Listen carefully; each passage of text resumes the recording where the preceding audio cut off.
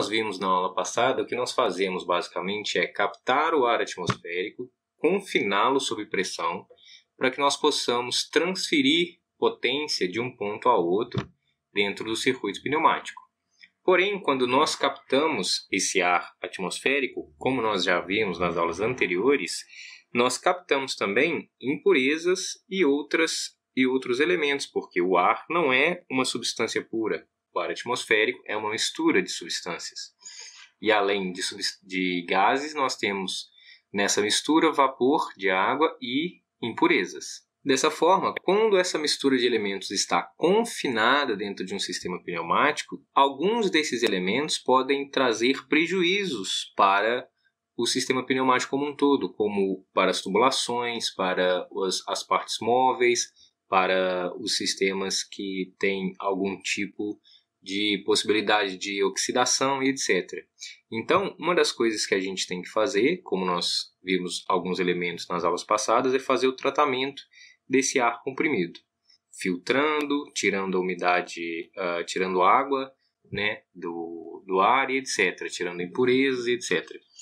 Porém, quando nós não fazemos isso de forma adequada, algumas questões podem ocorrer, como, por exemplo, obstrução de orifícios, ou seja, o entupimento de passagens de ar dentro do sistema, desgaste das vedações, ou seja, os sistemas de vedação, as partes do sistema que tem que fazer a vedação do confinamento do ar podem ficar desgastadas com o passar do tempo, erosão dos componentes pneumáticos, ou seja, o desgaste das paredes internas dos componentes pneumáticos, redução da eficiência de produtividade da máquina, obviamente, se nós temos aí um desgaste interno do sistema, obstrução de orifícios, nós temos corrosão das partes internas do sistema pneumático, nós vamos perder eficiência de produtividade das máquinas que são utilizadas nesse sistema e, por consequência, custos elevados com paradas de máquina, com horas de mão de obra para manutenção.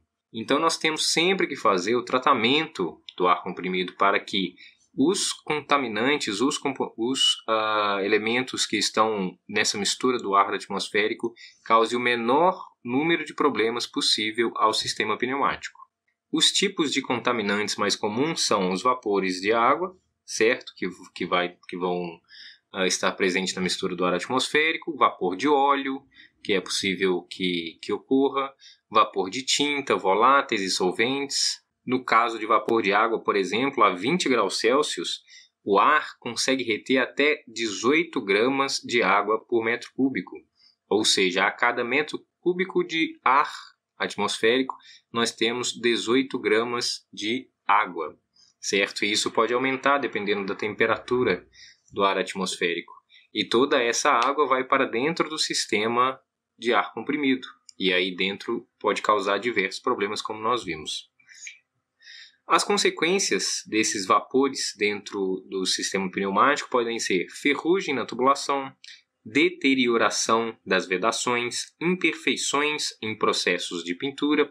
Por exemplo, se nós estamos utilizando o ar comprimido para aspersão de tinta sobre alguma superfície, se esse ar está contaminado com um grande volume de água, essa tinta também vai estar contaminada quando for aderida à superfície com grande quantidade de água. Isso provavelmente vai causar algum problema no processo de pintura. Erro na leitura de instrumentos também pode ser ocasionado por água ou vapores dentro do ar comprimido, e manutenções frequentes em equipamentos pneumáticos e o baixo desempenho. Ou seja, quanto mais problemas ocorrerem dentro do sistema, mais manutenção vai ser necessária para a correção desses problemas, diminuindo o desempenho do sistema como um todo. A principal solução para os problemas causados pelos vapores dentro dos sistemas pneumáticos é a secagem do ar antes do uso, certo? E a coalescência à mais baixa temperatura possível, ou seja, resfriar o ar para que a água ou os vapores contidos nesse ar, eles condensem e possam ser separados de forma facilitada do volume de ar que nós desejamos confinar para o trabalho. Outro tipo de contaminantes são os líquidos propriamente ditos, certo? Dentro dos líquidos possíveis estão os óleos lubrificantes presentes já no sistema de compressão de ar, a própria água e óleos condensados no sistema, óleo carbonizado e outros tipos de produtos próximos à instalação do compressor. A principal solução neste caso é a instalação de filtros e de purgadores na linha de alimentação e nas linhas pressurizadas para fazer a retirada, para fazer a separação e a retirada desses líquidos do sistema pneumático. O terceiro tipo possível de contaminante são as partículas sólidas, ou seja, a poeira, que está presente em suspensão no ar. Essas partículas sólidas estão na casa de milhões pulverizadas no ar atmosférico e nós precisamos retirar essas partículas, porque quando o ar é comprimido, essas partículas se concentram e começam a decantar, elas podem decantar no sistema pneumático, causando vários problemas. E a solução para a retirada dessas partículas do sistema pneumático é justamente a instalação de filtros em várias partes do sistema para a retenção dessas partículas sólidas para a posterior retirada dessas partículas do sistema pneumático. Quando nós vamos trabalhar com sistemas pneumáticos, ou seja, com sistemas que têm ar comprimido, nós temos que tomar uma série de cuidados. Porque o ar comprimido ele pode ser perigoso se manuseado de forma incorreta ou de forma imprudente. O ar pode penetrar através da pele e percorrer uma longa distância por baixo dela, ou seja, como se descolasse a pele das camadas mais internas, lesionando assim os órgãos internos. Como nós acabamos de comentar, o ar comprimido possui impurezas, como partículas de óleo, graxas, e, quando introduzido pelos poros, esse material, quando em contato com os poros da pele, podem causar sérias inflamações nos tecidos ou até mesmo causar hemorragia interna devido à contaminação presente no ar que está entrando em contato com a pele ou com esses poros. O ar comprimido jamais deve ser empregado na limpeza de uniformes de trabalho, ou seja, ser aspergido na direção do próprio corpo para a retirada de pó ou de sujeira do corpo e muito menos para limpar feridas. Dependendo da força, um jato de ar pode romper o tímpano. Jamais direcione o jato de ar comprimido na direção das pessoas, ou seja, na direção de alguém que esteja perto ou na sua própria direção. Mantenha sempre as fontes de ar comprimido longe de ouvidos, olhos, nariz, feridas e qualquer superfície ou qualquer parte do corpo que seja sensível. Muito bem, agora começando as redes de distribuição, nós vamos ver que as redes de distribuição de ar comprimido possuem duas funções básicas. A primeira delas, comunicar a fonte produtora com os equipamentos consumidores. E a segunda é funcionar como um reservatório para atender às exigências do sistema como um todo. Então, um sistema de distribuição perfeitamente executado deve apresentar os seguintes requisitos: pequena queda de pressão entre o compressor e as partes de consumo, a fim de manter a pressão dentro de limites toleráveis em conformidade com as exigências da aplicação. Isso quer dizer que a pressão presente na fonte produtora, ou seja, mais próximo do compressor e do cilindro, deve ser igual à pressão presente nos elementos terminais ou nos elementos atuadores do sistema de ar comprimido. Essa diferença de pressão tem que ser a menor possível. O ideal é que fosse igual, mas, infelizmente, nós temos sempre queda de pressão na transmissão do ar comprimido. Porém, o ideal é que essa queda de pressão ela seja a menor possível. A segunda questão é não apresentar escape de ar, ou seja, que não haja perca de ar comprimido, proporcionando assim perca de potência, ou seja, perca de energia do sistema de ar comprimido, no sistema pneumático. E além disso, as redes de distribuição devem apresentar grande capacidade de realizar separação de condensado e também de outras impurezas. Para quê? Para manter a vida útil do sistema melhor possível, para manter a qualidade interna do sistema e do ar comprimido a melhor possível.